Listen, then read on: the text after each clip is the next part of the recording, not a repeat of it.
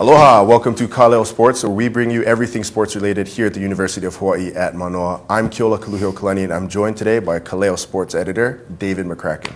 How are you today, David? I'm good. Thanks for having me on. Awesome. Let's get right to it, talk a little bit of football. This past weekend, heartbreaking loss. Warriors were on the road against New Mexico. Seemed like a winnable game, but they ended up losing 28-27. What happened on Saturday? Well, as with a lot of times with Charles football teams over the years, they just couldn't close out the win when they needed to.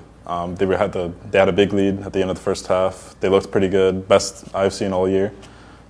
But then the second half happened. Couldn't score anything in the third quarter. They got a field goal in the fourth quarter, but then Rigoberto Sanchez missed a chip shot, 22-yard field goal to close out the game.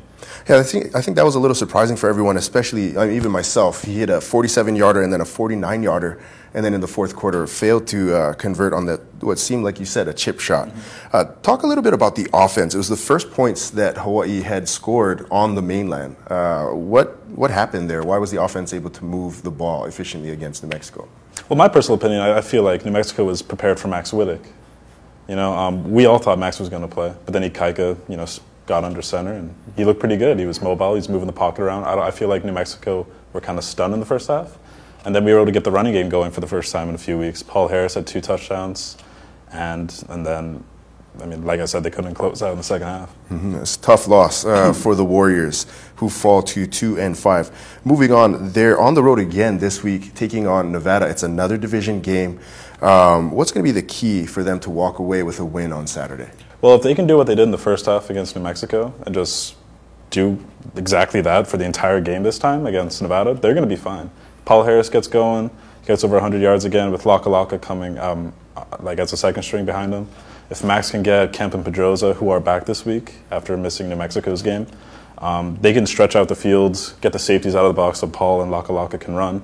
And then they utilize Dylan Collie for the first time, I feel like, this season against New Mexico. He had over 100 yards receiving and a touchdown. If they're able to get some slant routes through the middle with the box opening up with Pedroza and Kemp stretching it, I feel like they're going to be okay. Yeah, career day for Dylan Collie, who had over 100 yards and his first career touchdown. And then, like you said, Pedroza and also Kemp not in this past weekend. Do you think that's going to help or hurt the offense to have them back and Max Wittek under center? I feel like, on offense, you can never have too many options. It always keeps the defense guessing. With Chow, he likes to go to the hot hand, which last week was Paul Harris. But when he cooled off, they just kept going. In the fourth quarter, 11 of their last 12 plays were run plays. I know they were trying to run out the clock to set up the field goal, but you got to mix it up a little bit. And I feel like against Nevada, hopefully they'll learn the lesson and be able to utilize Kemp and Pedroza. Awesome. Nevada has the advantage in the series all time, 11 wins to Hawaii's just 8, but at home they're 6-1 against the Rainbow Warriors. Kickoff is at 10 a.m. Hawaii Standard Time. I'm Keola. This is David.